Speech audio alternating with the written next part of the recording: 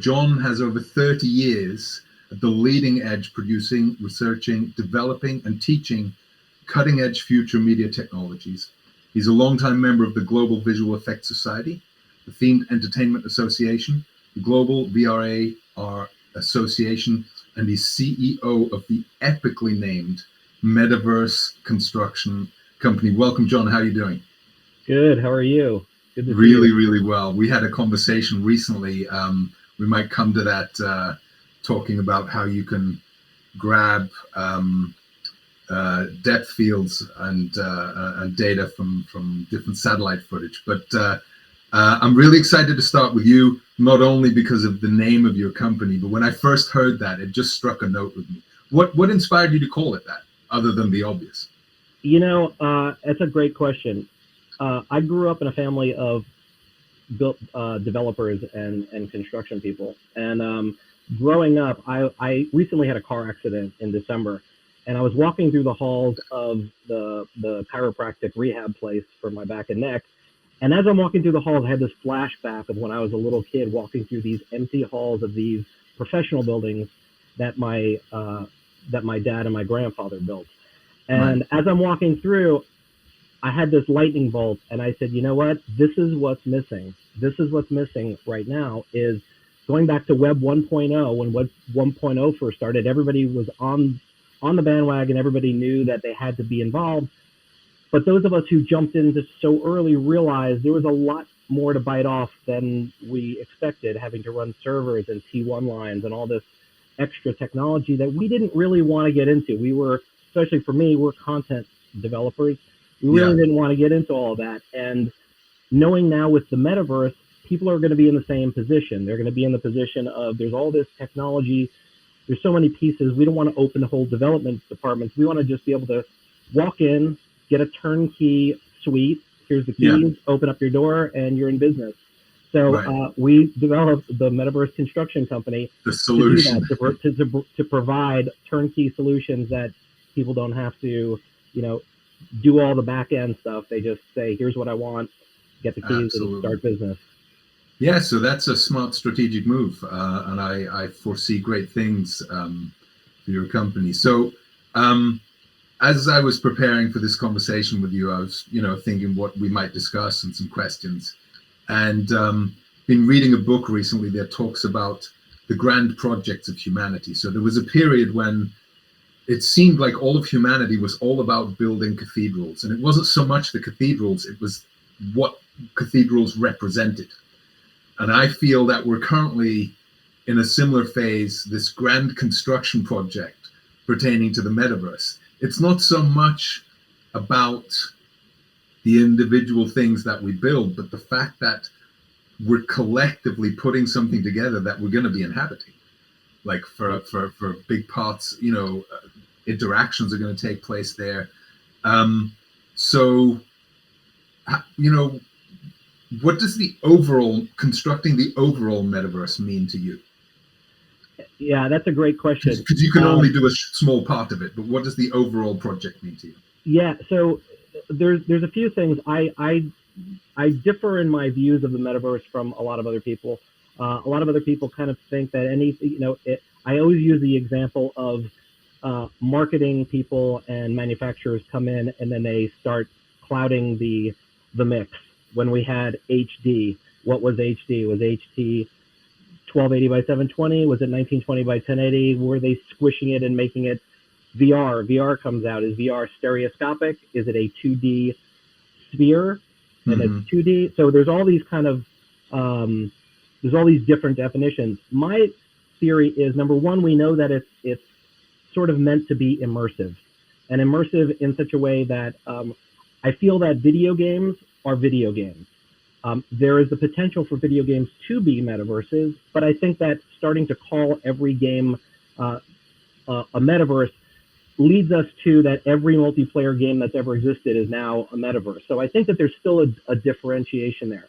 The construction of what we're doing today has been a long time coming, and I've been on this sort of, it's interesting you use that cathedral example, because I've been using this example of convergence going on since the days of Web 1.0. if you remember back in those days, I'm old, we had to take analog tape, digitize it. We had to take film and digitize it. And those two formats we had to put together in another format. And there are all these little bits and pieces that we were combining. In the visual effects world, we had things like motion capture and motion control and scanning and all these things all these little bits and pieces. I had this kind of view of this unified grand convergence that's happening in all of these industries. You and I were talking about using images to do photogrammetry and then process those and extract dense point clouds from those to create things that we can now just pop on a headset and walk around in.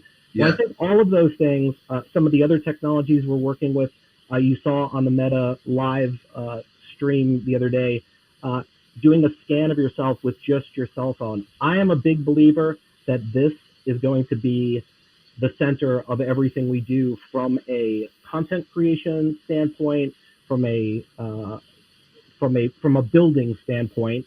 And then we pop on a headset, or we put contact lenses in, or we have a panel that's lenticular. Whatever the immersion means is really less important than I think.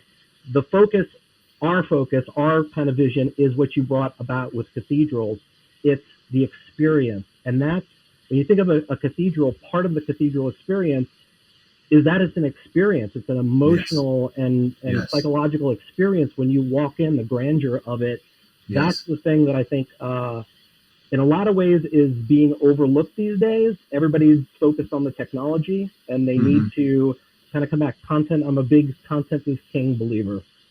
Content is king. Yeah. Well, I'd add to that, experience is king, right? So the contents are the parts, and when they're crafted together into either an experience or a story or whatever, that's maybe that's queen. Content is king and experience is queen. No. In fact, I'm in agreement with you. In fact, it kind of overarching that content is king. Content is sort of what you present of it, but as we had the industrial age, the technological age, the information age, I believe this next age is the experiential age. Like that's the way I view this, as in creating experiences, however that manifests itself.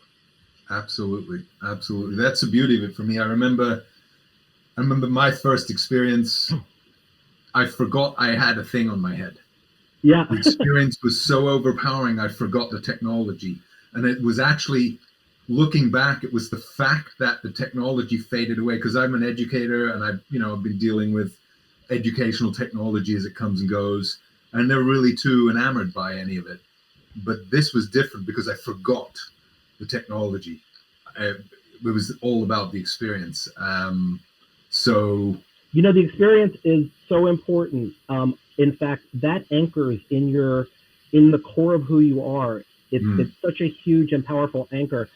I remember the day I met you.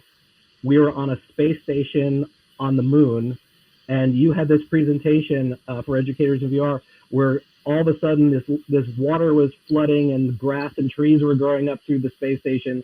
And it was this is how I met Daniel. It was like we met on the moon in this kind of crazy environment, and you'll never forget that, and since then I've showed Daniel some experiences that we've created that, can you agree, you'll never forget those experiences? Absolutely. Absolutely. Very much so. It's my mentor Tom Furness says, it's putting memories inside of people, which is very, very powerful, but also a sense of responsibility for me comes with that. So I want to cover a different question. There's another question I have for you, and that is, I mentioned as we were coming in that this talk about metaverse, I'm quite happy with this messy multiverse, this scrappy, messy multiverse that we're building together. And I'm pretty sure it will merge at some point to the equivalent of what we now call the internet or the World Wide Web. We'll have, whenever that is. I'm quite happy with where we are, but I do appreciate that in order to get to this traversability, what do we need to keep in mind? What are your considerations as we build together for interoperability? Have you got any suggestions, observations, as people start making these things? Yeah, well, first of all, whenever you're starting a journey, you want to start with the end in mind. You don't walk out your door heading to Los Angeles and just head in a direction and wind up Hmm. here if we're in Florida in the ocean. You want to have the end in mind. And the end in mind is, as you said, a traversable, interconnected um, universe, if you will. Hmm. My definition, kind of spinning back to my original thinkings of the metaverse, is based on, coming from a visual effects background, we have footage that we get. And with that footage, you have a piece of footage, and with that footage comes meta information. That meta information is all the information related to that physical piece of footage, whether it's digital or analog. All Yeah. of that data contains all different kinds of information. It can contain the geolocation of where you are. It can contain the camera that was used, the sensor, the exposure, the lens that was used. So my thinking of the metaverse is sort of more physical than a lot of people think. You have the world, and then you have all these different meta layers that could be placed within this world. That could be geolocation.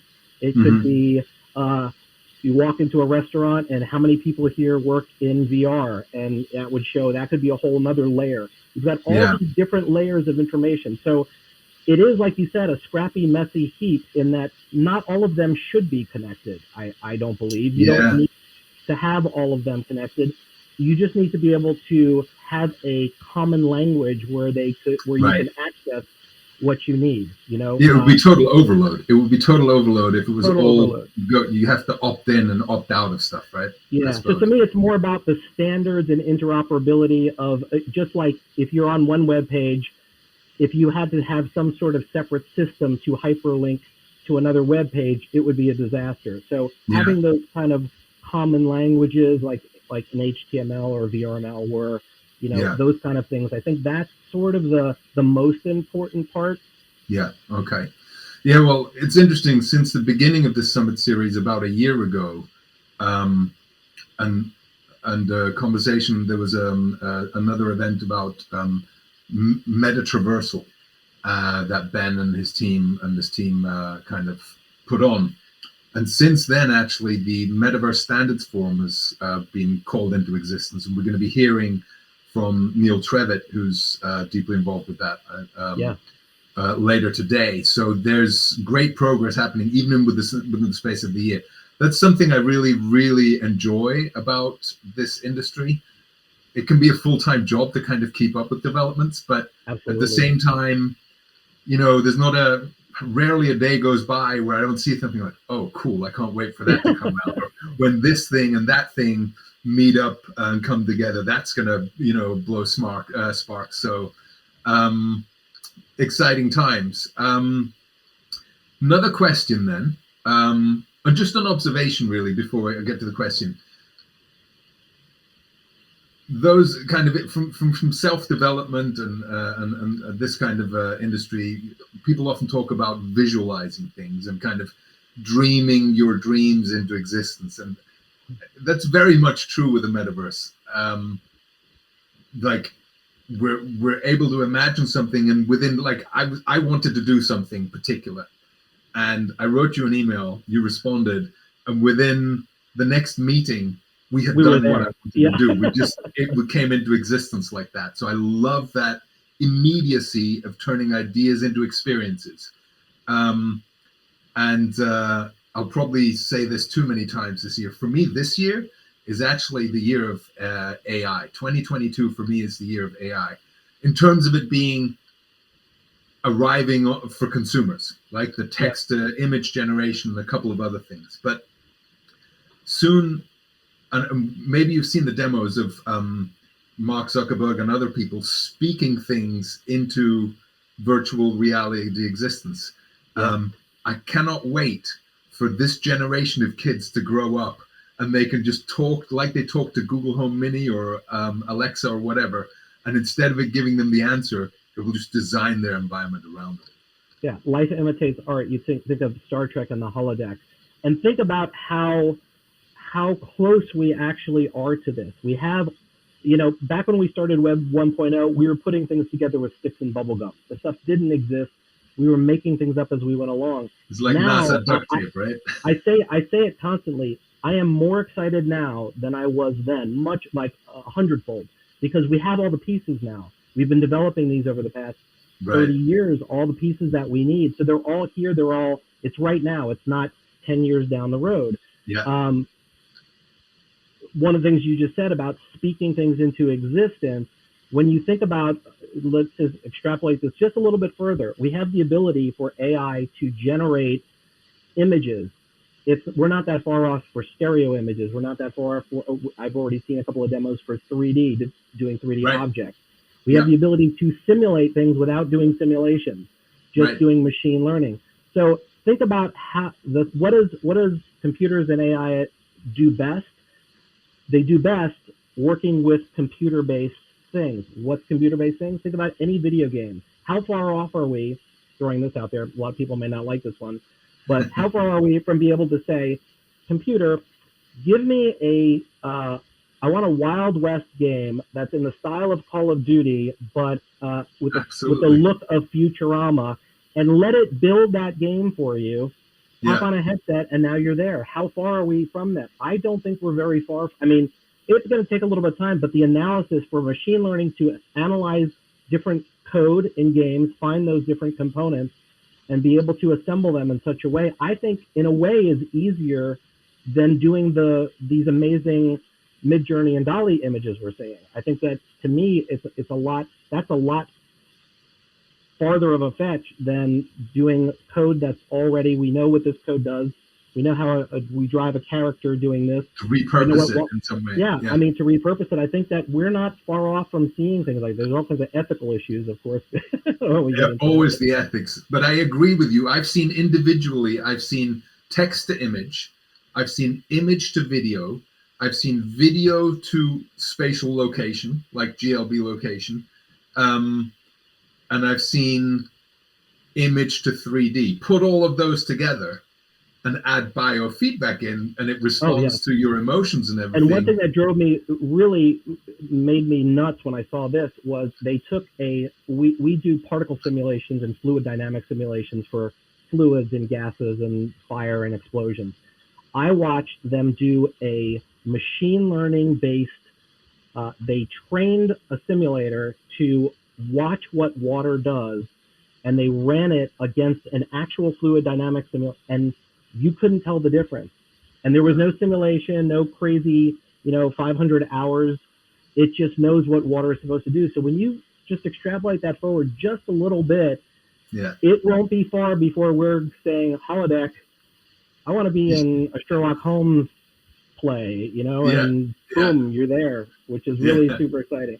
One of the things that I'm most excited about love the technology and all of that, but I'm an experienced person. So I think a lot of people are so focused on technology, they don't think forward enough and put enough emphasis into the realm of experiences that you can manifest just by, like you and I said, we're sitting having an offhand conversation. Hey, I wonder if we could do whatever and have it happen in 15 minutes and make it, appear. So you think that maybe we're currently getting a kind of a narrower representation of what's possible? I'll give you an example. I think when TV first came into existence, before TV there was only radio, and most TV shows that happened when they first started happening were basically just a camera sitting in front of people standing in front of a microphone doing a radio show, because they didn't really understand the possibilities, or film was basically a camera in front of a stage play. So it's that time taking for people to start to understand, like what you're seeing happening a lot in the industry is people making a digital double of their own office. Well, if I said to you, here's $10 billion, make whatever office you want, would you create the exact same office that you have already? And a lot of people would, right? That's the first thing. And a lot of people are doing that right now, when you've seen like the stuff that we're doing and having so much fun with, which is like, well, why, if I had an office to build, I wouldn't build my existing office, I would Right. build It'd it be a in a treehouse. grotto in Cabo. Why can't we do that? Be in Yeah. a waterfall in a cave and have the ocean and the beach there. Yeah. Cool. Want to change tack a little bit, John. Sure. I know you have pushed the boundaries on the visual fronts, working with Unreal Engine 5 and your visual effects background and so on. And on the other hand, we're talking about trying to reach as many people, making accessible. So currently, I don't know for how long, but currently there's always still a bit of a trade-off between aesthetics and performance, right? Or by performance, I mean accessibility. If we want to reach a lot of people, we're still trading off against aesthetics. If I held a gun against your head and you had to choose one or the other, where would you lie currently? If you asked me that 10 years ago, I would say quality. I would say the fidelity of the experience. If you ask But we me didn't now, have standalone headsets, right? We didn't have standalone headsets back then, correct. If you ask me now, I would say experience 100%. And you see experiences in games like Population 1. The experience is so well thought out and so engaging, or Walkabout Golf. These are so well thought out and so engaging. Your brain completely bypasses the fact that there's not a bevel in the scene. Right. So I think that and that's again why I'm such a big fan of engaging content and engaging experiences versus I think all the pieces are already on the table. So where we're dealing with WebXR and where WebXR has traditionally been a little fallen behind the curve as far as experience, it's really only a technological one in that it's bandwidth and download speeds and the ability to, once we have streaming, pixel streaming is a little more refined, a little more widespread. All those barriers are going to come down. Unreal Engine, Unity, they're all making that happen already, and you're starting to see, once we get the ability to stream pixels to an untethered headset or to contact lenses or a pair of glasses, those are going to go away really fast, all of those barriers. So I'm a big fan of the experience. Like you can make an experience, like the Kajita experience, the one that I just showed you that we did, where my entire life I've created creatures and monsters for movies. You build these things in 3D, you animate them, you go through all this trouble, you texture them, you make them look perfectly real, you put them in, you go into a movie theater and you see them on a big screen, and man, that looks good. But the experience that I had showed you, I decided, well, what if I could take this Kajita monster that's supposed to be 1,000 feet tall and be standing there in front of him? The moment I did that, it was like almost tears in my eyes. It was the first time in my entire life of doing visual effects that I'm actually standing there. And when we took a helicopter up to his head and he rears up into frame, it was an unbelievable experience. And the quality was not, motion picture quality. It was not because you're dealing with those limitations of real time, of VR, where you're dealing with, stereoscopic, and you're dealing with a multi-user environment where you've got 70 people in the room or whatever. But it didn't matter. Like when you saw it, what were your thoughts? Like what was your feeling when you saw this? With the cameras and it was with the creature when you first turned around and saw it standing in front of you. Yeah, overwhelming, overpowering. And then because there were copies of him around, right? There was the smaller ones, and then we were flying up with cameras. It was, and I was at an airport at the time when I joined you. I was standing in an airport with my Quest headset. Does that not best describe this? We're sitting there flying around in a helicopter with this 1,000-foot creature rearing up, and Daniel is in the airport of all places with people looking at him probably like he's nuts. But this is where we are. The ability to be in these experiences. If I'm in the airport or a coffee shop, I just did the same kind of thing in a coffee shop the other day. Put on a headset with somebody, and we're sitting there, and we're in a totally different place, but yet we're there. Yes, yeah, it's remarkable. I remember looking sideways at a friend who had a VR headset on, very engaged in their experience, and realizing that in their mind, I'm not even there, and the room that I'm in is not the room that they're in. That's right. But That's right. it was like it struck me how it's like. Do you know Philip Pullman and his Dark Materials? It's a trilogy of books, beautiful. They called them The Golden Compass and The Subtle Knife. Oh, yes, series. yes. Yeah.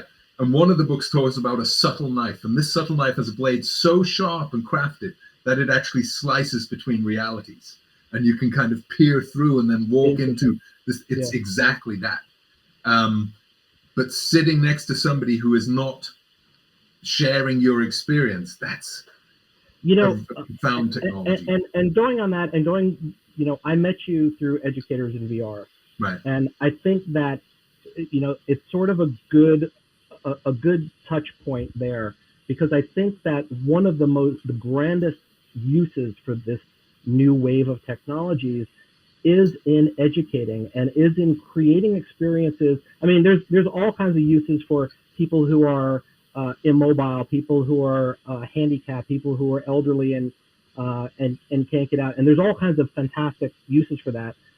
But if you think of the uses of education as a whole, right. all different kinds of education, the ability to I don't know if I showed you this one yet, but in our film program, we're talking about taking people back in time to 1893, to Thomas Edison's first Black Maria studio. Mm-hmm. It's just not something you can do in real life. You can't take somebody back into history. Walking along a street, I've seen AR experiences where people are walking along a street.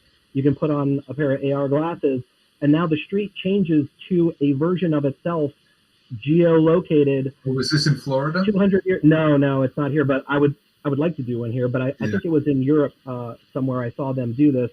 And you're walking down the street, and the whole street changes to the way it was 500 years ago.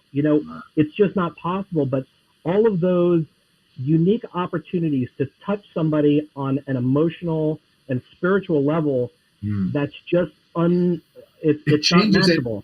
For me, the affordance of that actually almost, well, it doesn't change education per se, because education is about humans, right. But it changes for me the approach to education, because a lot of education before VR talking about experiential education, taking kids on field trips, putting them into, giving them job taster days to really give them a sense of what that's going to be like. And in language learning, there's actually something called immersive language learning. It has nothing to do with VR. The idea is that if you want to learn German, you fly to Berlin, stay with a German family, you immerse yourself in there, right? Right. But that immersive and experiential layer of education now, having access to that for a couple of $100, that's a change. It's something that educators have to get used to, because it's a change of mind. It's like when you have a little kid, they're 6 months old or 8 months old, and they're sitting in their high chair, and it's coming up to their birthday, and you hand them a cake, and they sit there and they look at it, and they know they're not supposed to hit it, but you're saying, here, this is for you, just play, do whatever you want to do with it.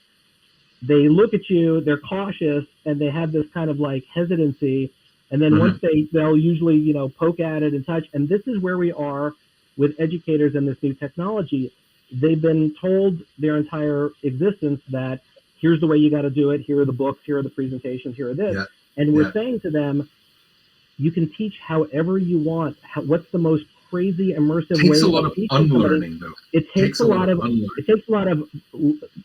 letting the walls come down, jumping out of the box, kind of poking around, touching the cake a little bit, and going, wow, we're teaching the Battle of Gettysburg.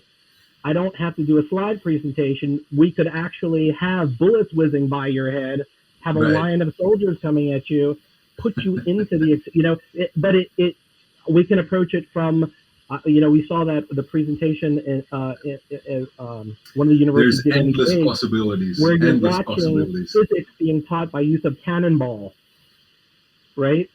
Yeah. We're going to have, Jon, I would love to continue this conversation. I can't thank you enough. We'll catch up soon. Thank you for your observations. Hi, Julie. Julie's with us here to introduce Brian Cardell. Jon, see you soon. Thank you so much.